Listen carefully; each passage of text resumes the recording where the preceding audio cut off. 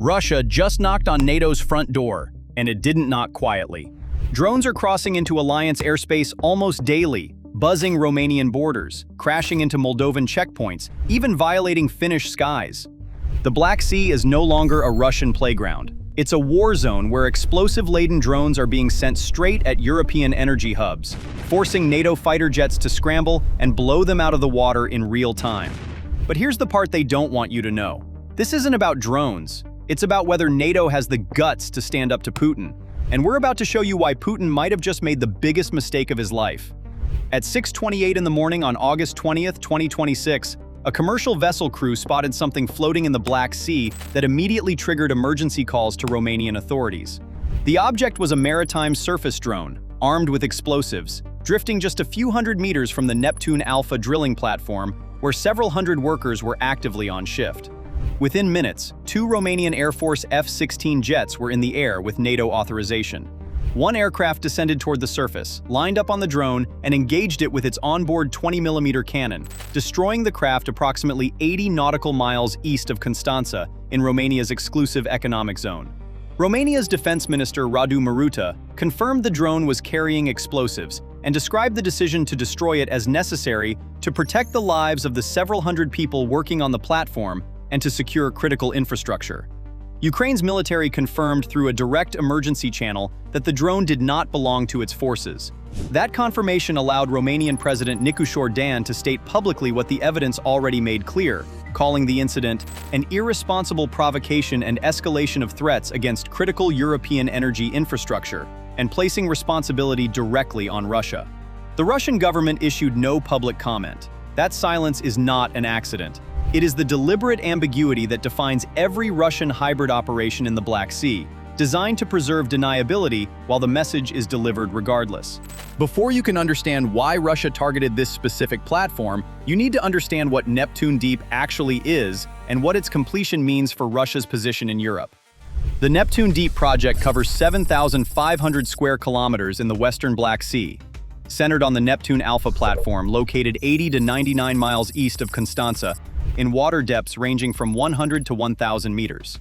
It is a 50-50 joint venture between OMV Petrom, the Austria-based operator, and Romania's state-owned Romgaz, with a total investment of up to $4 billion. The project holds estimated recoverable reserves of 100 billion cubic meters of natural gas. A 160-kilometer subsea pipeline connects the deep-water wells directly to an onshore metering station in Tuzla, Romania. 6 of 10 production wells are already complete. First gas extraction is scheduled for 2027. At peak capacity of approximately 8 billion cubic meters annually, Neptun Deep will double Romania's entire domestic gas output, instantly transforming it into the largest natural gas producer in the European Union. The strategic consequences of that single fact extend far beyond Romania's borders. Moldova, which has been historically 100% dependent on Russian gas, will gain a permanent, secure alternative supply through the already built Iași-Ungheni-Chișinău pipeline, permanently ending Moscow's ability to use energy cutoffs as political coercion against Chișinău. Gas from Neptun Deep will reach Austria, Hungary, Ukraine, and Germany through existing pipeline infrastructure, systematically dismantling the energy leverage Russia spent decades building across Eastern Europe. Russia has used Gazprom as a political weapon for generations. Neptun Deep makes that weapon obsolete in a significant portion of the continent, and Russia knows it. It is an existential threat to one of Moscow's most powerful tools of geopolitical control. The location of the platform was chosen deliberately by Russia for a specific legal reason. Neptun Deep sits in Romania's exclusive economic zone, but outside its 12-mile sovereign territorial waters. That distinction matters enormously, because attacks in the EEZ do not automatically trigger NATO Article 5 collective defense obligations the way a strike on Romanian soil would. Russia deployed the explosive maritime drone precisely into that legal gray zone, calculating that the response threshold is lower and the deniability higher in international waters. By sending explosive drones near the project, Russia is betting that Western energy companies, insurers, and contractors will begin treating Neptun Deep as too high risk to work on, driving up insurance premiums, stalling construction timelines, and intimidating the civilian engineers keeping the project on schedule, all without a direct military strike that would demand a direct military response. The August 20th incident was not the first warning. On August 11, Romanian army divers destroyed 2 Gerbera-type drones near the same Neptun Deep zone. Then overnight, between August 19 and 20, a separate aerial drone crossed into Romanian airspace and crashed in an uninhabited area of Tulcea County. Then, hours later, the explosive maritime drone appeared at the platform.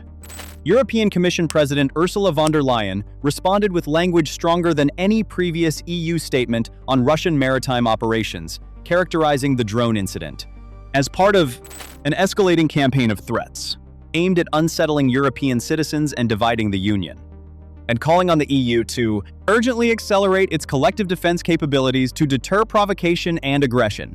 That framing elevated the incident from a bilateral Romania-Russia dispute to a formal EU-level security threat, treating Russian maritime drone operations as a systematic campaign against European energy infrastructure rather than an isolated act. The Black Sea, NATO coalition of Romania, Bulgaria, and Turkey immediately triggered high alert protocols across their shared maritime boundaries following the August 20 incident, activating the expanded Joint Mine Clearance Task Force agreement that had been signed just weeks earlier in July 2026, an agreement that explicitly covers protection of critical offshore infrastructure. Romania's interception method revealed a detail that military analysts have highlighted as significant. Romanian Navy specialized military combat divers are now actively patrolling the waters immediately surrounding the Neptun Alpha structure, deploying via fast attack Coast Guard boats to execute controlled subsea demolitions of neutralized threats. A linked early warning network combining platform-mounted coastal transponders, naval radar, and commercial support ship tracking ensures any unauthorized object breaching the Neptun Deep perimeter is flagged to Romania's Ministry of National Defense within minutes.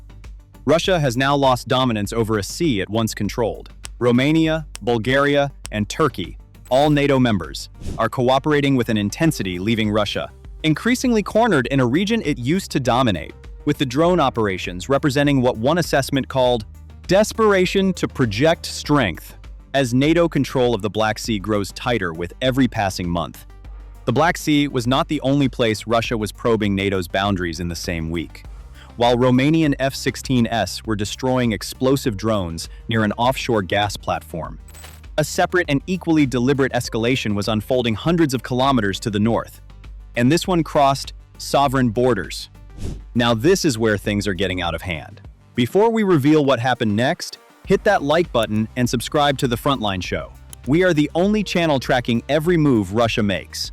Trust us, you don't want to miss what comes next. At 5:55 in the morning on August 24, an unidentified drone entered Moldovan airspace from the direction of Vino-Radivka in Ukraine's Odessa region. It flew over the autonomous Gagozia region toward Vulcanești, transited Moldovan territory for exactly 14 minutes, and exited near Pășcani, heading directly into Romanian airspace toward Vadești. Moldovan aviation authorities imposed airspace restrictions in the southern sector within minutes, keeping them in place for 15 minutes before reopening. Romania scrambled 2 F-16 fighter jets and an IAR-330 SOCAT helicopter simultaneously to track the radar signals, marking the first time Romania deployed a helicopter alongside fixed-wing aircraft in a border interception response. Moldova's Ministry of Defense confirmed that the unauthorized overflight occurred against the backdrop of aerial attacks carried out overnight by the Russian Federation against Ukraine. National authorities, together with partners, continue to monitor airspace for the safety of the population. Then, less than 24 hours later, the second strike arrived. Overnight on August 25, a Russian Shahed-type drone struck and heavily damaged the Vino-Radivka-Vulcanești international border, crossing directly on the Ukraine-Moldova frontier, halting all border traffic. This was Russia's first confirmed physical strike on border infrastructure between the two countries, arriving the morning after a drone had flown through that same border zone on an intelligence-gathering pass. The sequence of those two events within a single 24-hour window is not a coincidence. A drone transits the border corridor, collecting data on radar responses and reaction times. The following night, a strike drone hits the physical crossing at the same location. That is a targeting cycle, not two random incidents. While Moldova was absorbing that escalation, Finland was dealing with its own provocation, and this one carried a significance that extends beyond a simple airspace violation. On August 21, a Russian IL-20 Kut reconnaissance aircraft violated Finnish sovereign airspace over the western Gulf of Finland, flying approximately 8.7 kilometers inside Finnish territory for approximately 3 minutes. The IL-20 is not a combat aircraft, and it is not a transport. It is a dedicated signals, intelligence, and electronic surveillance platform, specifically designed to collect data on radar detection thresholds, communication frequencies, and scramble reaction times. Russia did not stray into Finnish airspace accidentally. It flew a collection mission to map exactly how Finland and its NATO allies respond to a provocation at the alliance's northern boundary. Finland's foreign ministry immediately summoned the Russian ambassador to demand an explanation. Finland's border guard launched a formal preliminary investigation.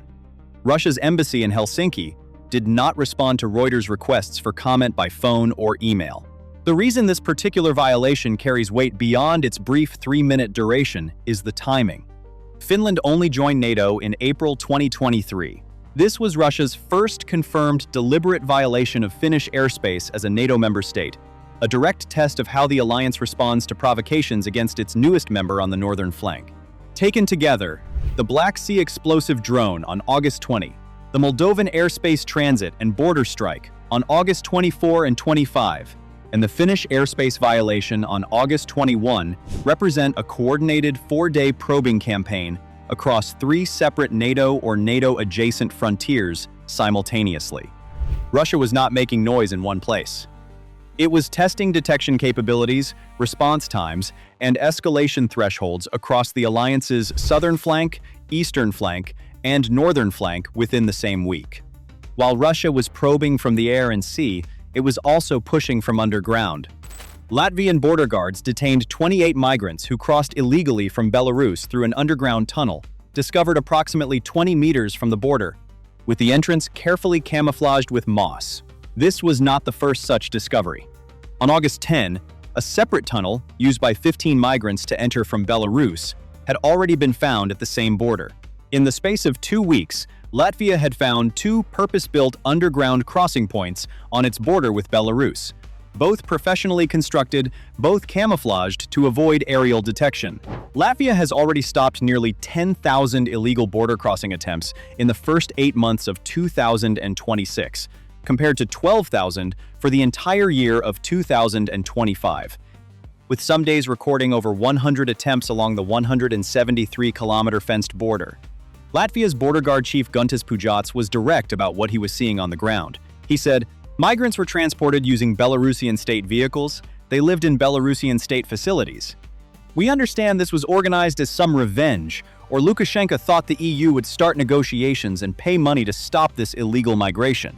Latvia's Prosecutor General's office opened a criminal case against Belarusian border service officials in mid-July, with the complaint describing the pressure as deliberate and systematic unlawful activities by a criminal organization that includes officials of the border authorities of Belarus, aimed at illegally moving large numbers of people across Latvia's border with the intention of causing harm.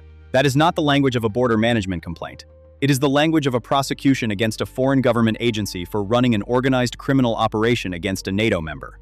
Pujats explained the strategic goal of the migrants themselves with a detail that reveals the campaign's true reach: that Latvia is not a target country. We are guarding Germans, Belgians, and Dutch here in Latvia. They just try to use Latvia like a trans country. Lithuania confirmed this pattern from the other direction, reporting a 4-fold increase in migrants arriving from Latvia. The aim is not to settle people in Latvia. The aim is to move large numbers of people into the heart of the European Union, creating political pressure, straining border systems, and fracturing the coalition supporting Ukraine. Latvia launched Operation Vilkatis, meaning werewolf, in mid-August, deploying national armed forces, military drone surveillance, and 24/7 vehicle checkpoints across the border zone. Additional border guard personnel arrived from Estonia, Lithuania, and Finland through bilateral agreements. Lithuania found its own underground construction on August 5, an unfinished 4-meter tunnel near Latažeris in Druskininkai, reinforced with logs and wooden planks, with the Belarusian entrance concealed under camouflage fabric. Lithuania's response goes beyond deploying extra guards. The government approved a 20-meter wide counter-mobility strip along its borders with Belarus and Kaliningrad. extending to 150-meter-wide operational zones designated by the Lithuanian Armed Forces, with completion targeted for the end of 2028. Every bridge on Lithuania's northern frontier is being quietly prepared to be blown up if Russian armor moves toward it. The combination of engineered wetlands, explosive-ready bridges, counter-mobility strips, and drainage obstacle systems represents a multi-layered territorial defense architecture stretching across the entire Belarus-Kaliningrad frontier, the same narrow corridor that military strategists have described as NATO's most vulnerable land gap for years. Russia and Belarus spent August 2026 testing NATO's boundaries from the Black Sea to the Baltic, to the underground tunnels beneath the border fence. The answer coming back from Romania, Finland, Latvia, and Lithuania simultaneously is that the boundaries are being reinforced faster than they are being probed, with explosive-ready bridges, drone surveillance networks, underground detection systems, and F-16 cells already in the air before the morning shift begins. While NATO's eastern and northern flanks were being reinforced against Russian probing, the alliance was simultaneously restructuring how it fights at a fundamental level. And Ukraine is at the center of that transformation in a way that would have been unimaginable 3 years ago. NATO's Military Committee, the alliance's highest military authority, comprising the chiefs of defense of all 32 member states, announced it will visit Ukraine in October 2026 for the first time in 8 years. The announcement came from Ukrainian Commander-in-Chief Andriy Drapety following his first telephone conversation with NATO Military Committee Chair Admiral Giuseppe Cavo Dragone, who has already visited Ukraine 3 times and has personally observed frontline conditions. Drapety outlined 4 military priorities discussed during that call: air defense strengthening, long-range strike capabilities, flexible infantry tactics, and the increasing use of robotic systems, adding separately that, "Protecting the sky is my priority." Before the October visit, NATO's senior military leadership will convene in Copenhagen, Denmark, on September 18 and 19 for a Chiefs of Defense conference attended by Supreme Allied Commander Europe General Alexis Grinkowicz and Supreme Allied Commander Transformation Admiral Pierre Vandier. The Copenhagen meeting specifically tasks alliance leadership with addressing further strengthening of collective deterrence and defense, innovation and technology, and support for Ukraine, establishing the formal agenda that the October visit to Ukraine will build upon. The financial architecture behind these commitments is now operating at a scale that was not present even a year ago. The NATO Ankara summit produced an agreement for member states to provide Ukraine with at least €140 billion in military support across 2026 and 2027, with Germany's contribution alone reaching approximately €23 billion allocated across both years. At the same summit, U.S. President Trump publicly stated that the United States would grant Ukraine the right to manufacture Patriot air defense systems domestically, a landmark technology transfer announced during the Trump-Zelensky bilateral meeting on July 8. Drapety framed what Ukraine brings to this relationship in terms that signal a permanent shift in how the alliance views its most battle-hardened partner. Ukraine not only receives support, we are transferring combat experience that no one has today, and it works for the security of the entire alliance. Ukrainian drone pilots already taught NATO troops at Sweden's largest military drill in May 2026. Ukraine's Navy earned historic NATO clearance to command multinational mine warfare forces in July 2026. The knowledge transfer is not theoretical. It is operational and already running. The war that Russia launched to prevent NATO expansion has produced a NATO that is more technologically unified, more combat-informed, and more operationally integrated than at any point in the alliance's history. Nowhere is Russia paying a higher price for that transformation than in the Black Sea, where Ukraine has now struck the sanctuary Russia retreated to after Crimea became untenable. Ukraine's SBU confirmed strikes on 2 Caliber cruise missile frigates, the Admiral Essen and Admiral Makarov, plus patrol ship Vasily Bykov at Novorossiysk, using a combination of jet-powered drones, Neptun cruise missiles, and sea drones in a coordinated overnight attack. Cantor satellite imagery confirmed 3 Russian frigates and a patrol ship damaged, alongside strikes on a grain storage site, an S-300 air defense radar, military equipment positions, and part of a tunnel at an oil depot.